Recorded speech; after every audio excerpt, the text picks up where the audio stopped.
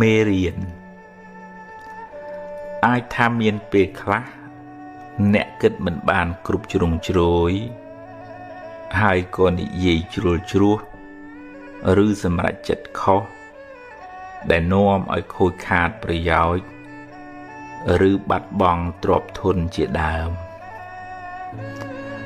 សូមកុំស្ដីបន្ទោសខ្លួនឯងច្រើនពេកអីដំណើរជីវិតតែងមានខុសខ្លះអីចឹងឯងគ្មានអ្នកណាម្នាក់បានល្អ 100% ទេអាយុនៅក្មេង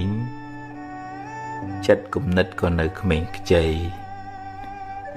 ធ្វើឲ្យអ្នកឆាប់ឆេវឆាវហើយគិតខ្លីវាជាដំណើរធម្មតានៃការវិវត្តផ្នែកខួរក្បាលនិងចិត្តគំនិតបើខុសឆ្គងសូមការអនុគ្រោះលើកលែងពីគេទៅកុំខ្មាស់អៀនអីរួចហើយងើបឡើងបន្តដំណើរទៅមុខទៀតផ្ដល់ឱកាសឲ្យខ្លួនឯងជាលើកទី2ក្មេងធ្លាប់ដួលរាប់សិបដងតម្រាំចេះដើរចាត់ទុកកំហុសខុសឆ្គងនិងបរាជ័យទាំងនោះថាជាមេរៀនជាបទពិសោធន៍សម្រាប់ការសម្រេចចិត្តឲ្យបានត្រឹមត្រូវនៅថ្ងៃក្រោយរឿងមិនល្អធ្វើឲ្យអ្នកឈឺចាប់តែវាជួយអ្នកឲ្យមើលឃើញបញ្ហាបានច្បាស់ជាងមុនស្គាល់មនុស្សបានប្រកបជាងមុនអង្គុលីមៀលផុងខ្លួនធ្វើខុសដើរសម្លាប់មនុស្សរាប់រយរាប់ពាន់នាក់តែចុងក្រោយបានតាំងចិត្តកែខ្លួនបួសជាបព្វជិតហើយបានត្រាស់ជាព្រះអរហន្តបានជាសាវកដ៏ឆ្នើមរបស់ព្រះពុទ្ធជាម្ចាស់ទៀតផងអ្នកបានធ្វើកំហុសពីមុនមកហើយចេះកែប្រែខ្លួនព្រះពុទ្ធជាម្ចាស់ទ្រង់សរសើរថាជាបណ្ឌិតជីវិតបានភ្លឺត្រចះត្រចង់ឧបមាដូចជាព្រះច័ន្ទបានចេញផុតពីពពកដូច្នោះឯង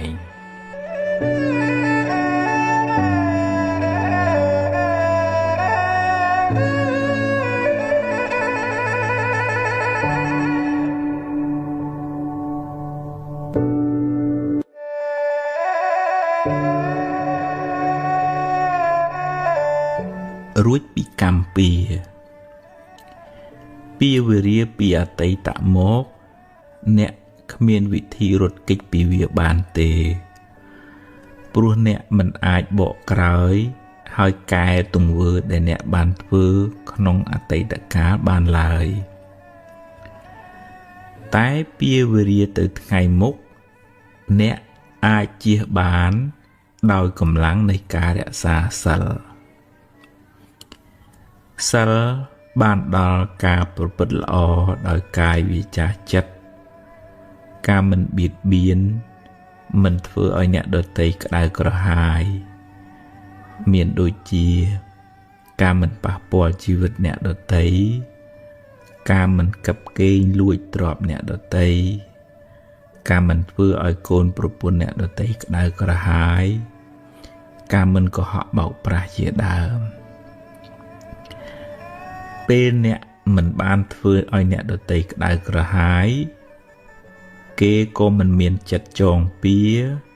មិនមានបំណងអាក្រក់ដាក់អ្នកវិញដែរដោយសារអ្នកមិនបានធ្វើអាក្រក់ដាក់អ្នកដទៃអ្នកក៏មានចិត្តស្រស់ស្រាយមិនភ័យខ្លាចមិនព្រួយបារម្ភរឿងមានទោសពៃឬខ្លាចគេធ្វើអាក្រក់ដាក់អ្នកវិញឡើយនោះហើយជាចិត្តដែលរួចផុតពីពីវេរាមនុស្សមានពៀគឺជាមនុស្សដែលបៀតបៀនគេធ្វើឲ្យអ្នកដទៃក្តៅក្រហាយ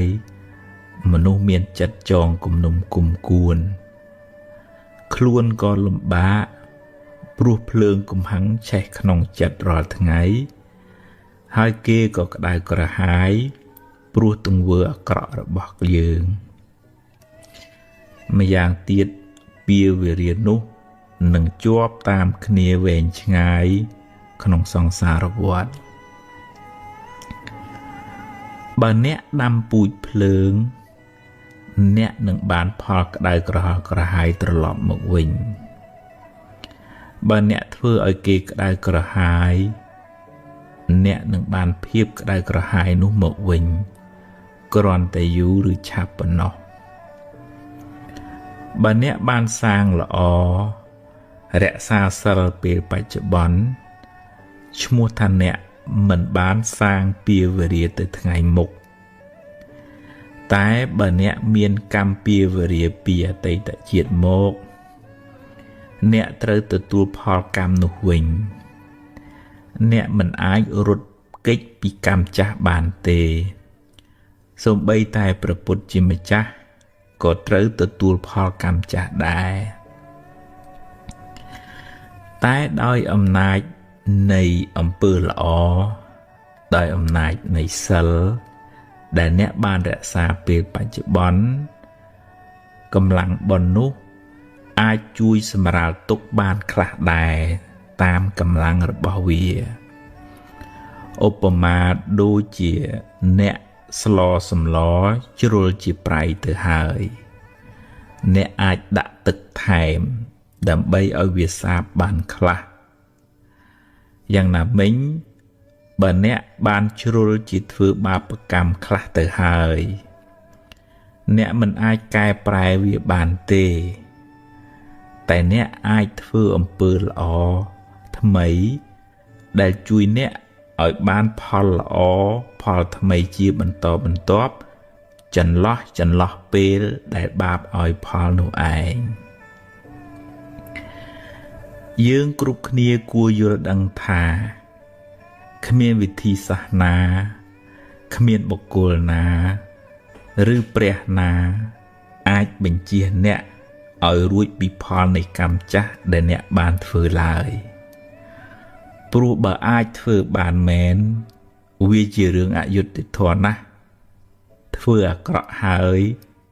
ទៅសុំឲ្យរួចពីផលកម្មដែលខ្លួនបានធ្វើតែ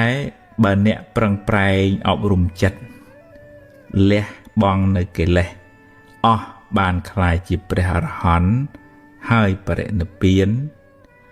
កម្មលែងតាមទាន់កម្មរកម្ចាស់លែងឃើញព្រោះព្រះអរហន្តលែងមានជាតិកំណើតតទៅមុខទៀតហើយអ្នកអាចធ្វើបុណ្យឧទ្ទិសកុសលជូនដល់មនុស្សសត្វដែលធ្លាប់មានពាវេរានឹងគ្នាហើយតាំងចិត្តរក្សាសិលឲ្យបានល្អចាប់ពីពេលនេះតទៅបុណ្យកុសលទឹកចិត្តមេត្តានឹងជួយអ្នកឲ្យបានសុខមិនសូវជួបទុក្ខច្រើនឡើយ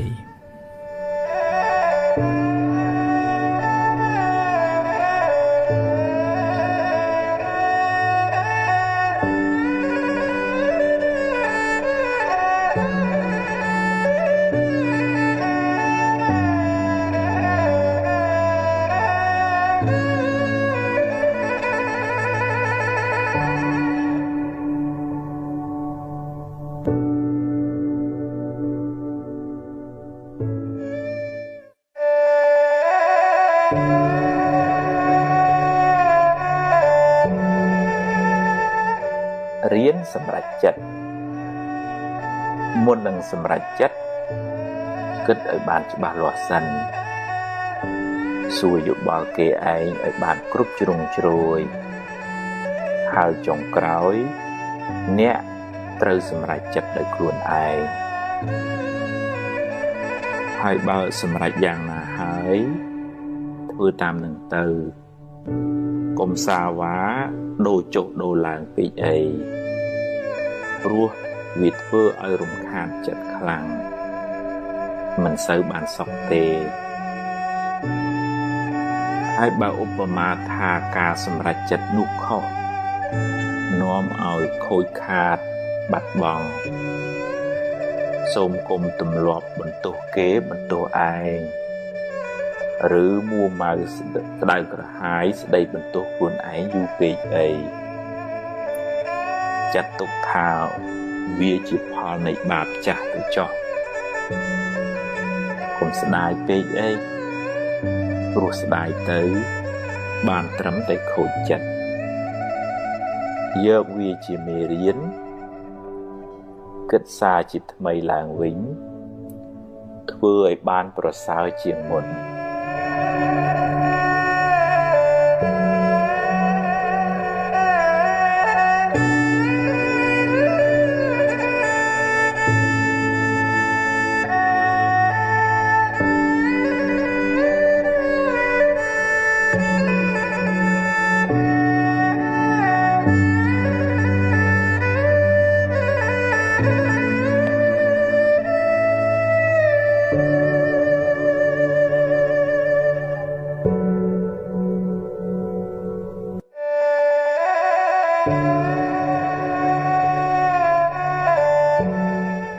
សេរីសួស្តីមួម៉ៅច្រើនសេរីរត់ចេញរីករាយវិញសេរីរត់ចូលជាទូទៅយើងឲ្យតម្លៃសេរីសួស្តីទៅលើរឿងល្អល្អរឿងសប្បាយសប្បាយមានលៀបមានជ័យជាដើមតែគួរចងចាំថាផលល្អទាំងនោះកើតឡើងអាស្រ័យហេតុល្អហេតុដែលជាកុសលដែលអ្នកខិតខំប្រព្រឹត្តធ្វើពីមុនមកហេតុនៃសេរីសួស្តីនោះមានដូចជាការសេពគប់ត្រូវការតស៊ូព្យាយាមក្នុងកិច្ចការងារដែលអ្នកធ្វើការរៀនសូត្របង្កើនចំណេះដឹងការចេះគួសមរស់រាយរាក់ទាក់ការចេះចែករំលែកដល់អ្នកលំបាកការចិញ្ចឹមមេដាបេដាសេចក្តីអត់ធន់ទឹកចិត្តមេត្តាទឹកចិត្តត្រជាក់ចិត្តធ្ងន់ចិត្តរស់រាយចិត្តឃ្លាវខ្លាជាដើមទាំងនោះគឺជាហេតុដើមនៃសេរីសួស្តីព្រោះសេរីសួស្តីនោះជាឈ្មោះនៃចិត្តល្អចិត្តជាកុសលចិត្តរីករាយជ្រះថ្លានោះឯងអ្នកបានសាងនៅហេតុនៃសេរីសួស្តីនោះសេរីនឹងរត់មករកអ្នកវិញមិនពិបាករត់តាមវាប៉ុន្មានទេឬក៏មិនពិបាកដើរសួរគ្រូហៅពេកដែររៀនរីករាយទទួលថ្ងៃថ្មីដោយចិត្តស្រស់ស្រាយក្នុងសេចក្តីល្អបើអ្នកគ្មានអ្វីច្រើនយ៉ាងហោចណាស់អ្នកនៅមានជីវិតរស់បន្តមួយថ្ងៃទៀតអ្នកនៅមានដៃមានជើងមានសតិស្មារតីសម្រាប់បំពេញការងារបន្តរៀនរីករាយចំពោះអ្វីដែលអ្នកមានអ្វីដែលអ្នករកបានដោយសុចរិតហើយប្រឹងប្រែងបន្តទៀតតែបើដំណើរជីវិតនេះត្រូវជួបរឿងមិនល្អខ្លះរឿងអពមង្គលខ្លះ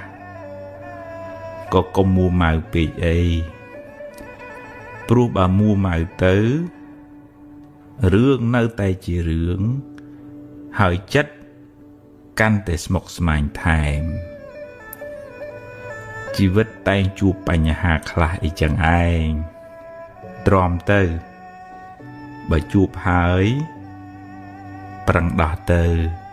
ហើយបើដោះហើយត្រូវដើរហួសទៅមុខទៀតកុំស្ពាយរឿងសំពីងសំពងពេកសេរីសួស្តីមិននៅជាមួយយើងទេទុកពេលវេលាដែលនៅមានសេសសល់សម្រាប់គិតរឿងថ្មី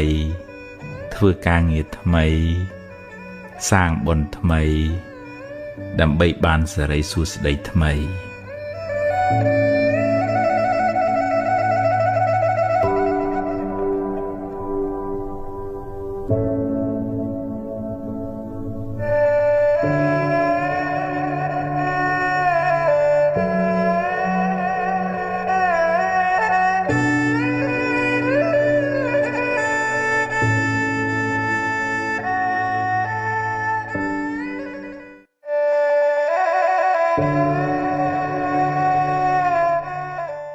សហើយ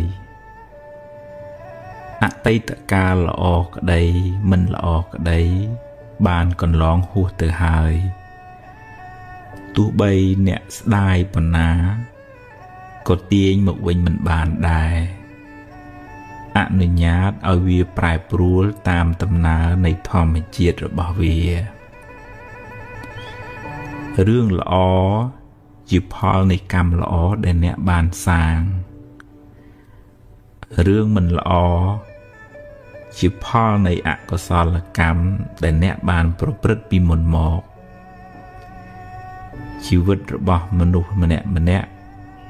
ប្រព្រឹត្តទៅតាមកម្លាំងកម្មដែលខ្លួនបានធ្វើពីអតីតផងកម្មក្នុងពេលបច្ចុប្បន្នផង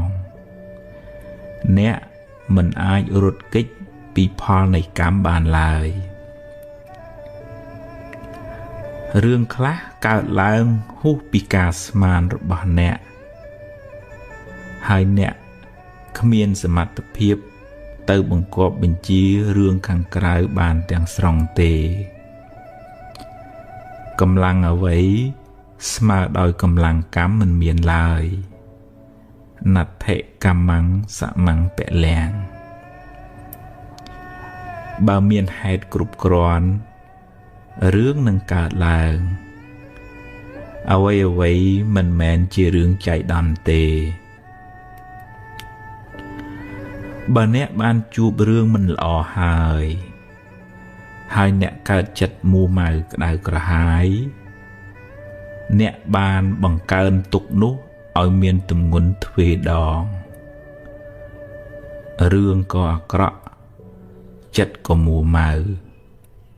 ទុក្ខទាំងកាយទុក្ខទាំងចិត្តណាស់ហើយចុះរឿងបានកន្លងផុតទៅហើយចាត់ទុកជាមេរៀនជាបទពិសោធន៍សម្រាប់ការសម្រេចចិត្តលើកក្រោយចាប់ផ្ដើមសារជាថ្មីគិតរឿងថ្មីនិយាយរឿងថ្មី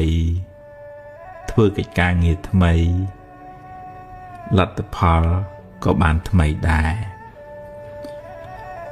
អតីតកាលមិនមែនជាផ្ទះសម្រាប់អ្នកនៅទេវាគ្រាន់តែជាស្រមោលទេតើតែបើរឿងអតីតកាលនោះជារឿងល្អជារឿងបុណ្យកុសលអ្នកអាចចងចាំនិងរំលឹករំលើកដល់អំពើល្អនោះរឿយដើម្បីឲ្យចិត្តបានរីករាយម្ដងទៀតបានបុណ្យម្ដងទៀត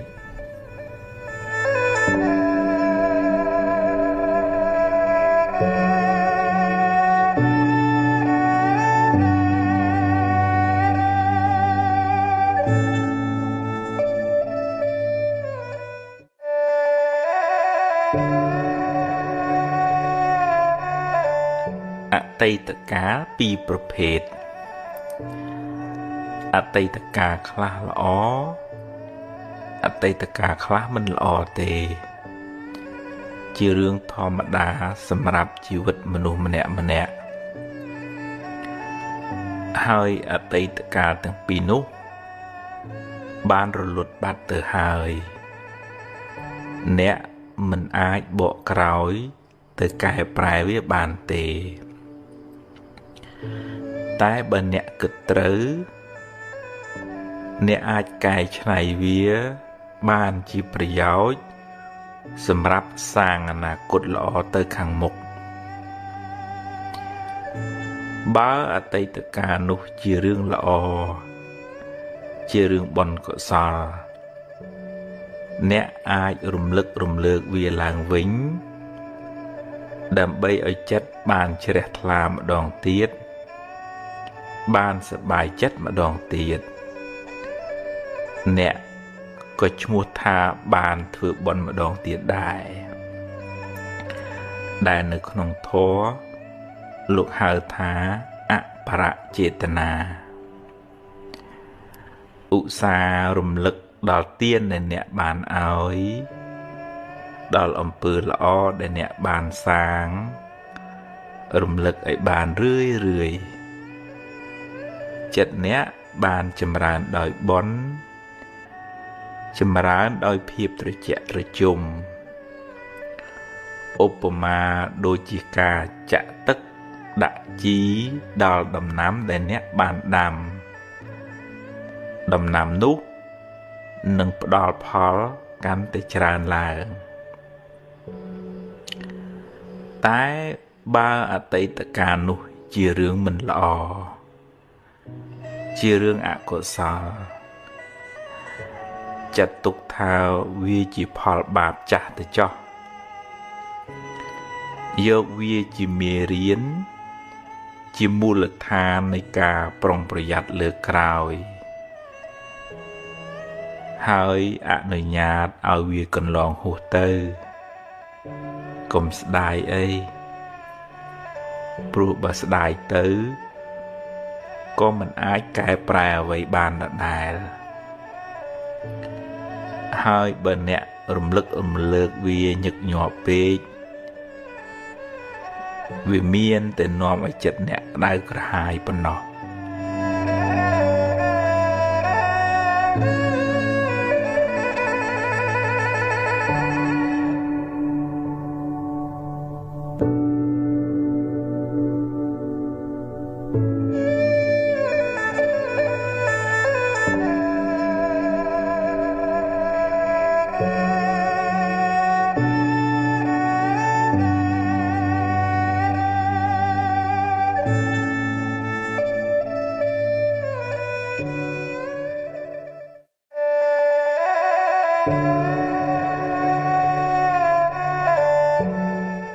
ខ្ញុំខំធ្វើល្អ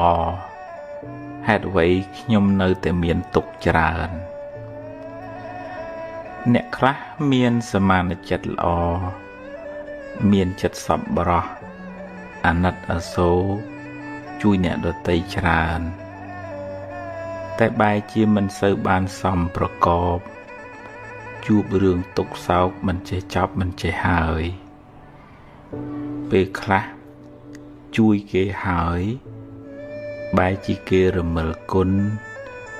និយាយអាក្រក់រហូតដល់ធ្វើទុក្ខបុកម្នេញមកវិញក៏សឹងមានអំពើល្អដែលអ្នកបានសាងហើយនៅតែជាអំពើល្អដដែលមិនប្រែទៅជាអាក្រក់ទេគ្រាន់តែវាមិនទាន់មានពេលឲ្យផលប៉ុណ្ណោះចំណែករឿងមិនល្អរឿងអកុសលដែលអ្នកបានជួបវាជាផលនៃកម្មចាស់ដល់ពេលត្រូវឲ្យផលគួរស្វែងយល់ផងដែរថាបុណ្យកុសលមានច្រើនលំដាប់ហើយបុណ្យទាំងនោះជួយអ្នកឲ្យបានស្រាលពីទុក្ខតាមលំដាប់ដែរកុសលថ្នាក់ទានលះចិត្តកំណាញ់លះចិត្តជាប់ជំពាក់កុសលថ្នាក់ទាននោះជួយអ្នកឲ្យមានគេស្រឡាញ់រាប់អានច្រើនមានកិត្តិយសគេឈ្មោះល្អនិងជាឧបនិស្ស័យនៃការរកទទួលទានមានបាន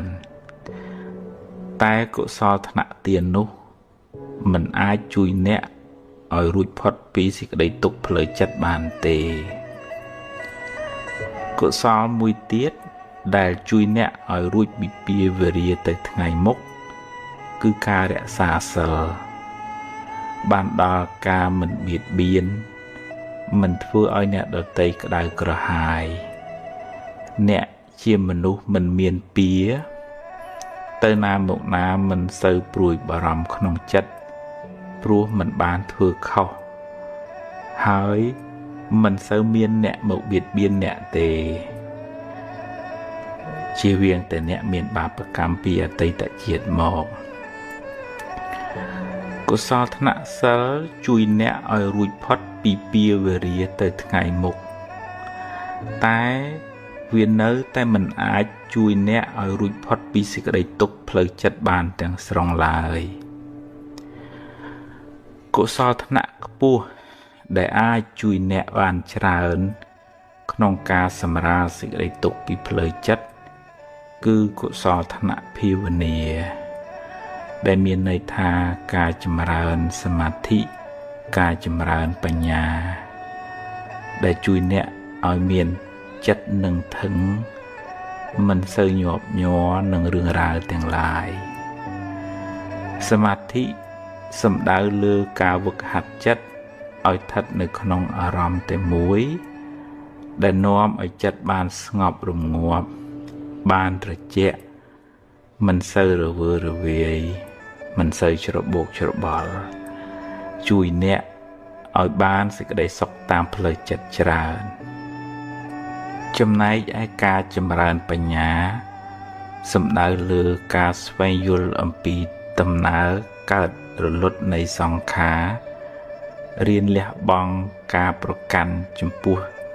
រឿងរ៉ាវការទាស់ចិត្តនិងការជាប់ចិត្តចំពោះបញ្ហាទាំងឡាយ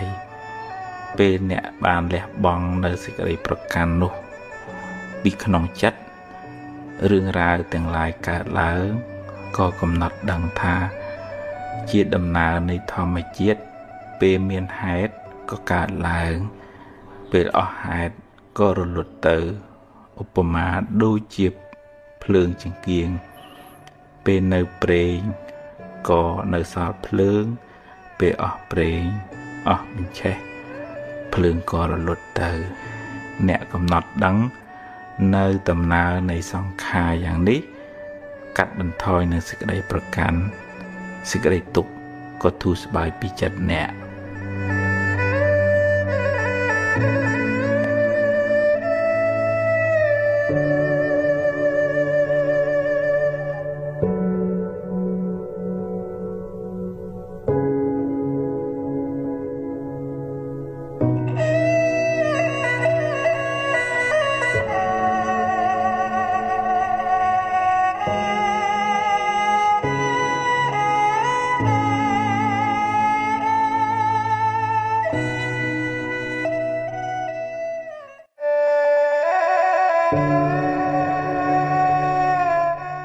ថ្ងៃលៀបថ្ងៃជ័យថ្ងៃល្អគឺជាថ្ងៃដែលអ្នករីករាយចិត្តថ្ងៃដែលអ្នកបានសាងល្អដោយកាយដោយវាចាដោយចិត្តព្រឹកឡើងលើកដៃសំពះរំលឹកគុណព្រះរតនត្រ័យនឹកគុណមេត្តាបិតាចម្រើនសមាធិផ្សាយមេត្តាដល់សពសត្វទម្លាប់ពូលវិចារល្អគិតរឿងល្អថ្ងៃនោះคล้ายជាថ្ងៃមានសេរីសួស្តីថ្ងៃមានលាភថ្ងៃមានជ័យថ្ងៃរះថ្ងៃលិចជាដំណើរនៃធម្មជាតិមិនល្អមិនអាក្រក់ទេចំណែករាសីអ្នកឡើងចុះអាស្រ័យលើកម្មគឺអំពើដែលអ្នកបានសាងបើអ្នកបានសន្សំបុណ្យល្អច្រើនពីមុនមកហើយបុណ្យនោះដល់ពេលឲ្យផលអ្នកក៏ជួបរឿងល្អរឿងរីករាយរកស៊ីបានចម្រុងចម្រើនទៅតែបើពេលបាបចាស់តាមទាន់វិញអ្នកនឹងជួបរឿងមិនល្អរឿងអកុសលឬរកស៊ីខាតលងចង់ទៅកម្មគឺលោកសំដៅទៅលើអំពើដែលអ្នកបានសាងពីអតីតផងក្នុងពេលបច្ចុប្បន្នផងកម្មនោះជាអ្នកចាត់ចែងឲ្យអ្នកបានជួបរឿងហេងឬរឿងសោយក្នុងដំណើរជីវិតរបស់អ្នកបើអ្នកខំប្រព្រឹត្តល្អចិញ្ចឹមមេត្តាបិតា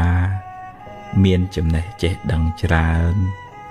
មានកាយវាចាល្អប្រពៃហើយប្រុងប្រយ័ត្នព្យាយាមក្នុងកិច្ចការងារអ្នកបុណ្យពេលបច្ចុប្បន្ននោះ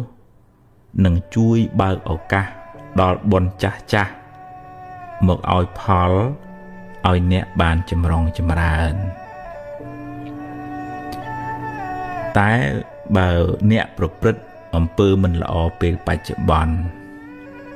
ដូចជាដើរផឹកស៊ីប៉ោឡែខ្ជិលច្រអូសធ្វេសប្រហែសកម្មមិនល្អក្នុងពេលបច្ចុប្បន្ននឹងបើកឱកាសឲ្យអកុសលកម្មពីអតីតមកឲ្យផលមិនខានអ្នកនឹងលិចលង់នឹងមិនចម្រុងចម្រើនទៅមុខឡើយព្រោះកម្មបច្ចុប្បន្នក៏មិនល្អកម្មពីអតីតក៏ឲ្យផលថ្ងៃហេងថ្ងៃសួយអាស្រ័យលើកម្មអ្នក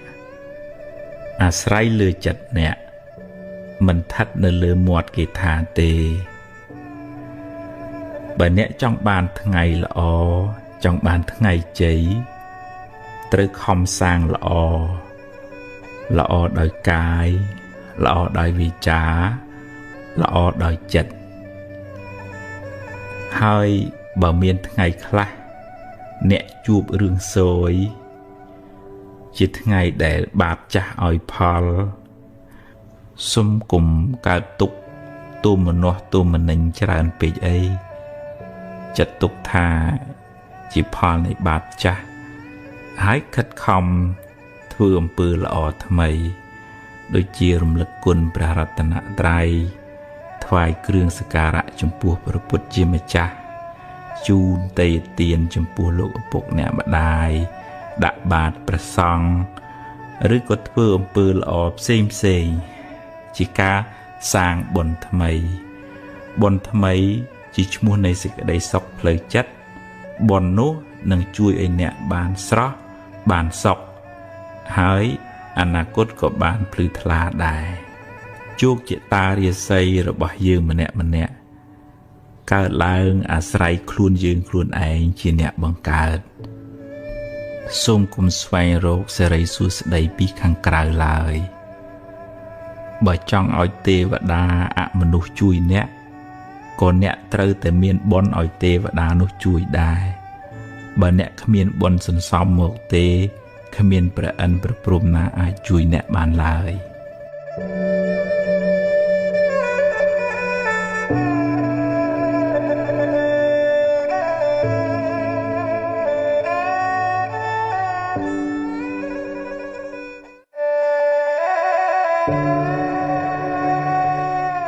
ទ្រព្យគេ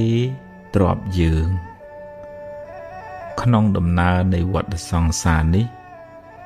មិនដឹងថាយើងម្នាក់ជាប់ជំពាក់កម្មជាមួយអ្នកណាខ្លះធ្លាប់ធ្វើបាបធ្វើអាក្រក់ចងពៀជាមួយគ្នាពីជាតិណាមកទេកំហឹងគំនុំស្អប់ចងអាឃាតគ្នាឬបាបកម្មណាមួយសុទ្ធតែនាំឲ្យមានពៀវេរា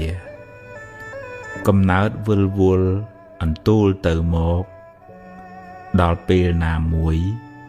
កម្មនោះនឹងវិលមករកអ្នកវិញពេលកម្មចាស់ឲ្យផលអ្នកក៏ត្រូវជួបរឿងមិនល្អព្រាត់ប្រាសឬខាតលងចុងទៅអ្នកធ្វើបាបកម្មអាក្រក់តែម្ដងទេតែពេលកម្មឲ្យផលមិនមែនឲ្យតែម្ដងទេត្រូវឲ្យការគេថែមទៀតត្រូវទទួលផលកម្មនោះច្រើនដងឬច្រើនជាតិដោយសារចេតនាក្នុងការធ្វើកម្មនោះច្រើនដែរគឺចេតនាមុនពេលធ្វើលោកហៅថាបុព្វចេតនាចេតនាពេលកំពុងធ្វើលោកហៅថាមញ្ញនចេតនានិងចេតនាដែលអ្នកធ្វើឲ្យសប្បាយក្នុងការធ្វើបាបនោះលោកហៅថាអបរចេតនាពេលធ្វើអាក្រក់អ្នកខ្លះសប្បាយណាស់ព្រោះវានាំឲ្យបានទ្រព្យធនបានលៀបបានយសឬឈ្នះគេដោយទង្វើអាក្រក់របស់ខ្លួន តែកុំភ្លេចថាការធ្វើបាបនោះមានឧបមាដូចជាការផឹកទឹកឃ្មុំដែលលាយដោយថ្នាំពិសដូច្នោះឯងឆ្ងាញ់ពីដំបូងតែចុងក្រោយត្រូវពុលស្លាប់យ៉ាងណាមិញទ្របរោគដោយការបៀតបៀនអ្នកដទៃជាទ្របក្តៅក្រហាយជាទ្របមានពៀមិនសុខកាយមិនសុខចិត្តឡើយហើយជាប់ពៀវរាវែងឆ្ងាយក្នុងជីវិតបច្ចុប្បន្ននេះផងក្នុងអនាគតជាតិផងបាបកម្មនោះនឹងតាមលងបន្លាចអ្នករហូតដល់ថ្ងៃស្លាប់យើងគ្រប់គ្នាគួរខ្លាចបាបខ្លាចអំពើអាក្រក់មិនគួរចាញ់បោកវាមិនគួរឲ្យវាដឹកមុខហើយទៅប្រព្រឹត្តអាក្រក់ឡើយព្រោះអំពើបាបនោះនឹងនាំទុក្ខមកខ្លួនយើងវិញបាបវានាំឲ្យយើងសប្បាយក្នុងរយៈពេលខ្លីតែត្រូវរងទុក្ខក្នុងរយៈពេលវែងគួរមានស្មារតីប្រឹងរកទ្រព្យដោយសុចរិតមិនបៀតបៀនមិនប៉ះពាល់ទ្រព្យអ្នកណាឡើយ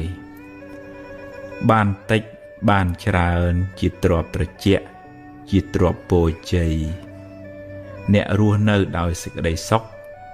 មិនផិតភ័យមិនតក់ស្លុតក្នុងចិត្តឡើយព្រោះគ្មានអំពើបាបមកតាមលងបន្លាចអ្នក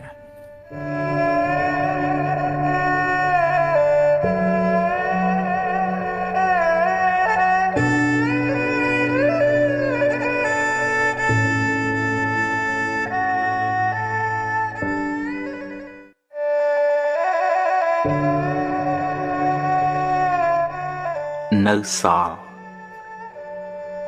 បើអ្នកបាត់បង់អ្វីគ្រប់យ៉ាងហោចណាស់អ្នកនៅសល់ជីវិតនៅមានថ្ងៃនេះនិងថ្ងៃស្អែកសម្រាប់រស់បន្ត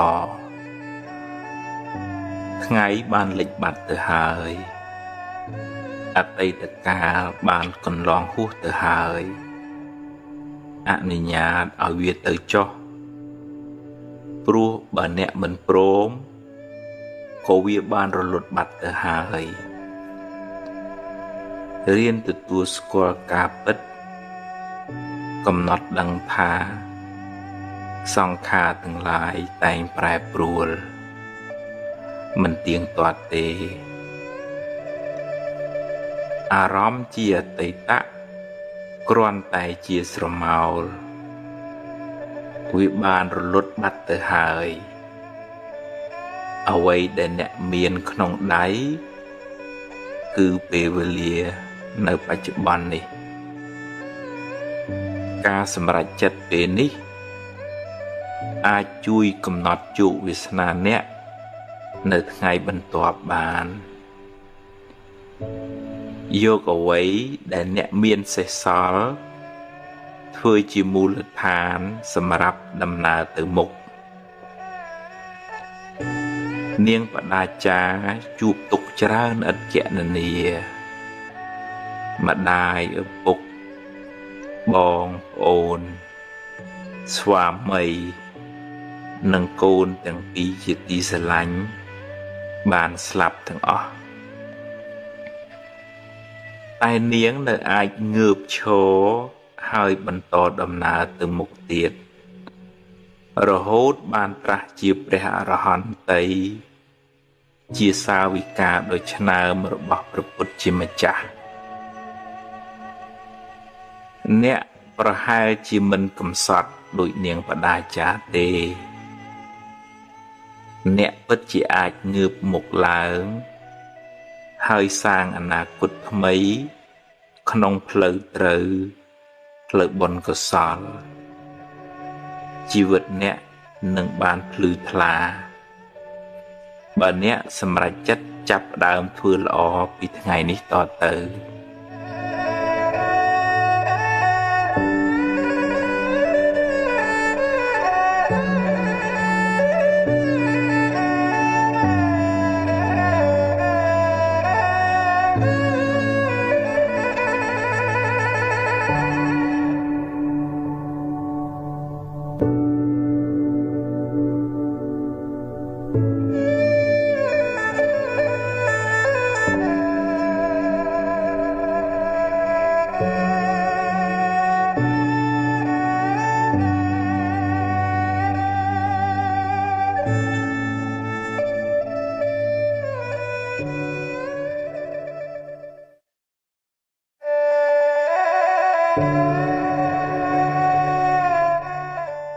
បាបចាស់បុណ្យថ្មីតាមច្បាប់កម្មផលយើងម្នាក់សុទ្ធតែធ្លាប់បានសាងបាបកម្មខ្លះពីអតីតជាតិមកកាលណាដល់ពេលដែលសមគួរបាបចាស់នឹងឲ្យផលអ្នកក៏ជួបរឿងមិនល្អជួបប្រទះនៅបញ្ហាឬមុខរបរត្រូវខាតបង់ទៅកម្មប្រៀបបានដូចជាស្រមោលអន្ទូលតាមប្រាណតែងជាប់តាមបុគ្គលអ្នកប្រព្រឹត្តនោះទៅក្នុងជាតិកំណើតតទៅទោះបីខំរត់ទៅណាក៏មិនអាចរត់ផុតពីកម្លាំងកម្មដែរសូម្បីតែព្រះពុទ្ធក៏មានបាបតាមឲ្យផលដែរអ្នកធ្លាប់បៀតបៀនជីវិតគេពីអតីតជាតិមកកើតមកក្នុងជាតិនេះក៏សម្បូរជំងឺហើយអាយុមិនវែងទេអ្នកធ្លាប់កឹបកេងទ្រព្យគេនាំឲ្យរកស៊ីមិនឡើងឬខាតលងចុងឬត្រូវបាត់បង់ភ្លើងឆេះទឹកលិចទៅចំណែកអ្នកដែលចូលចិត្តចរណែននិន្ទាអ្នកដទៃកើតមកជាតិណាច្រើនមានគេស្អប់ទៅណាមកណាខ្សត់មិត្តសម្បូរសត្រូវរីឯអ្នកចូលចិត្តខឹងមួម៉ៅច្រើនកើតមកមានរូបមិនស្អាតមុខមិនស្រស់ដូចគេតែគួរចងចាំថារឿងមិនល្អជាផលនៃបាបចាស់រីឯភាពមួម៉ៅក្តៅក្រហាយជាបាបថ្មីដែលធ្វើឲ្យរឿងកាន់តែអាក្រក់ឡើងផលកម្មចាស់គ្មានអ្នកណារត់គេចបានទេតែអ្នកអាចសាងកម្មថ្មីកម្មល្អដែលនាំឲ្យជីវិតបានប្រសើរឡើងវិញជោគវាសនាជីវិតអ្នកមិនពឹងផ្អែកទាំងស្រុងទៅលើកម្មចាស់ទេតែកម្មថ្មីកម្មបច្ចុប្បន្នមានឥទ្ធិពលខ្លាំងលើខ្សែជីវិតអ្នកបើអ្នកជួបរឿងមិនល្អចាត់ទុកថាជាផលនៃកម្មចាស់ទៅចុះខំប្រឹងដោះស្រាយហើយបើដោះហើយងើបឡើងដើរទៅមុខទៀតសូមកុំស្ពាយផលកម្មចាស់នោះតាមខ្លួនយូរពេកធ្ងន់ណាស់បើវាឲ្យផលម្ដងហើយឲ្យវាកន្លងផុតទៅបើអ្នកមួម៉ៅនឹងវានឹងឧស្សាហ៍មករកអ្នកវិញមិនខាន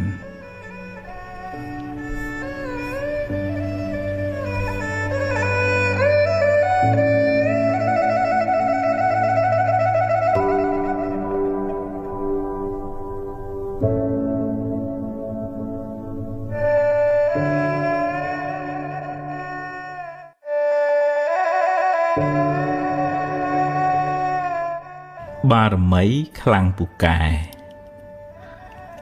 ក្នុងព្រះពុទ្ធសាសនាពាក្យថាបារមីសំដៅយកគុណធម៌ទាំងឡាយដែលនាំឲ្យបានត្រាស់ដឹងឬគុណជាតិដែលនាំឲ្យបានរួចផុតពីទុក្ខ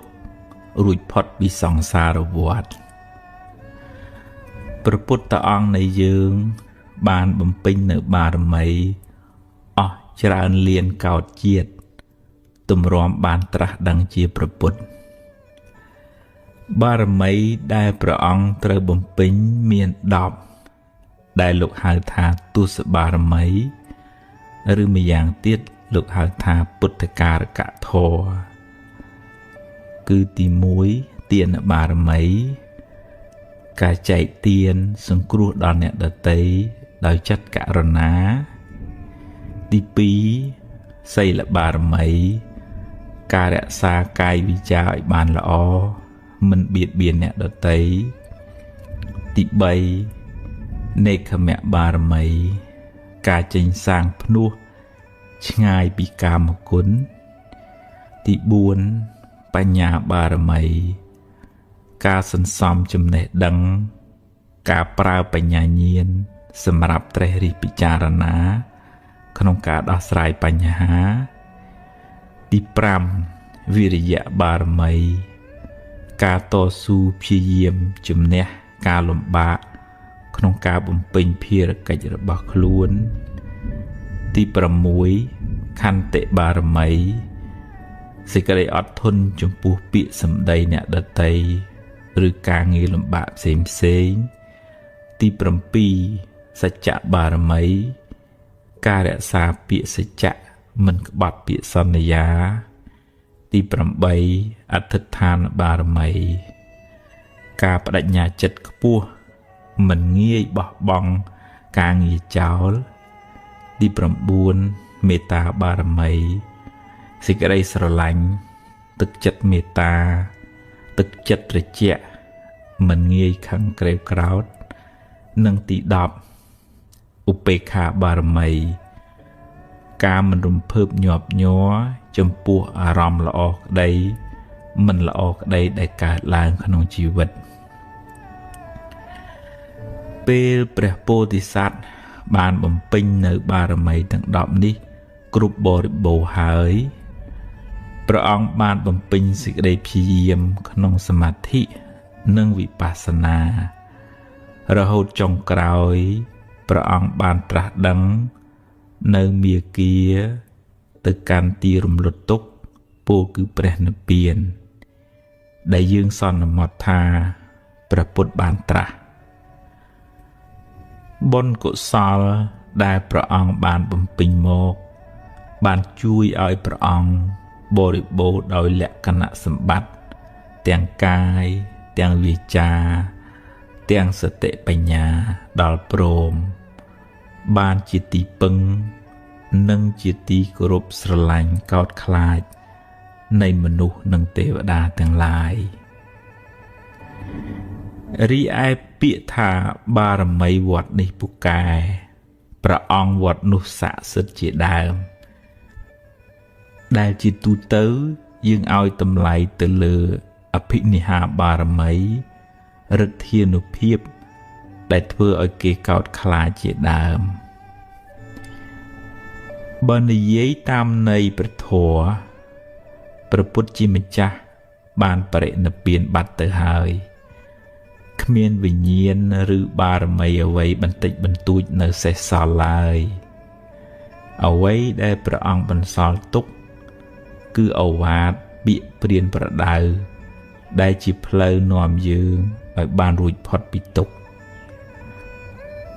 ព្រះពុទ្ធរូបជារូបស្នង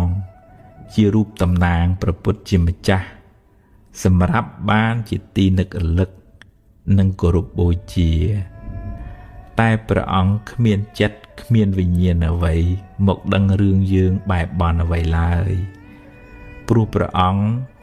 បានរំលត់ខណ្ឌទៅកាន់បរិនិព្វានហើយបើបងប្អូនទៅថ្វាយបង្គំព្រះពុទ្ធរូបសូមថ្វាយបង្គំដោយការដឹងគុណដែលព្រះអង្គជួយណែនាំយើងឲ្យបានសេចក្តីសុខថ្វាយបង្គំដោយសេចក្តីគោរពចំពោះគុណធម៌របស់ព្រះអង្គមិនគួរទៅថ្វាយបង្គំបួងសួងសុំឲ្យព្រះអង្គជួយយ៉ាងនេះយ៉ាងនោះទេព្រោះវាជាសទ្ធាដែលប្រាសចាកបញ្ញា ឧបមាដូចអ្នកដំណើរប៉ុន្តែដើរទាំងពីការភ្នែកតែសូមចងចាំថាការថ្វាយបង្គំចំពោះព្រះពុទ្ធជាម្ចាស់ដោយសេចក្តីគោរពពិតប្រាកដដោយសមាទិដ្ឋិនឹងបានទទួលផលអានិសង្សច្រើនឥតគណនាតែផលនោះមិនមែនព្រះពុទ្ធជាអ្នកផ្ដល់ឲ្យយើងទេគឺផលកើតពីចិត្តជ្រះថ្លា